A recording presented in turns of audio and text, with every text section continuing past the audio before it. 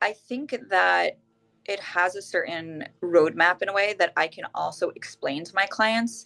I'm a huge believer in transparency. I think I was utilizing that before, but because there's a specific methodology I'm using, like not everybody has to do this. It's not necessary for IFS, but I will often explain what I'm doing when I'm doing it.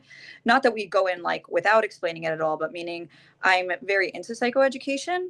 So I would say that I um, have a part that like really wants to help people understand if they're interested. It's not, again, it's not completely necessary. Everybody does enough disclosure, for ethics, but I happen to really have a psychoeducation part. Again, I read the room. If somebody is just like I agree to what is going on and I understand it enough and I don't really want to understand, like my parts don't require me to totally understand what you're doing, then, we let it be. And it's very, very experiential.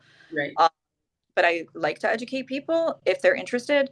And so there's like an openness to this is the modality, this is what we're looking to do, this is how it fits like the story you've given me.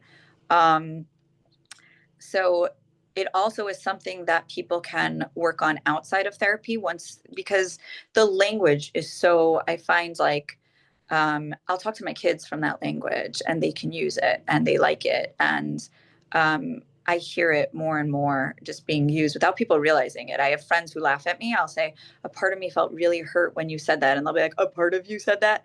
And then later they're talking to me and they're like, yeah, so sometimes part of me feels like this and part of me, and I was like, oh, you're doing it too. It's everybody, it's everywhere.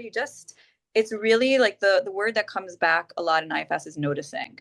Right. And gives people the tools to really be able to notice so that therapy can also be utilized for kind of the witnessing and kind of sometimes like the bigger, harder, it doesn't feel safe to go there alone.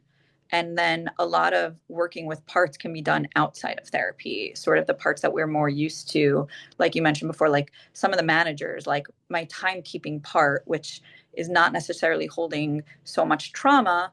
At times, I can work with that outside of therapy too, and we can give people tools for that. So, again, it's not also everything has to happen in therapy.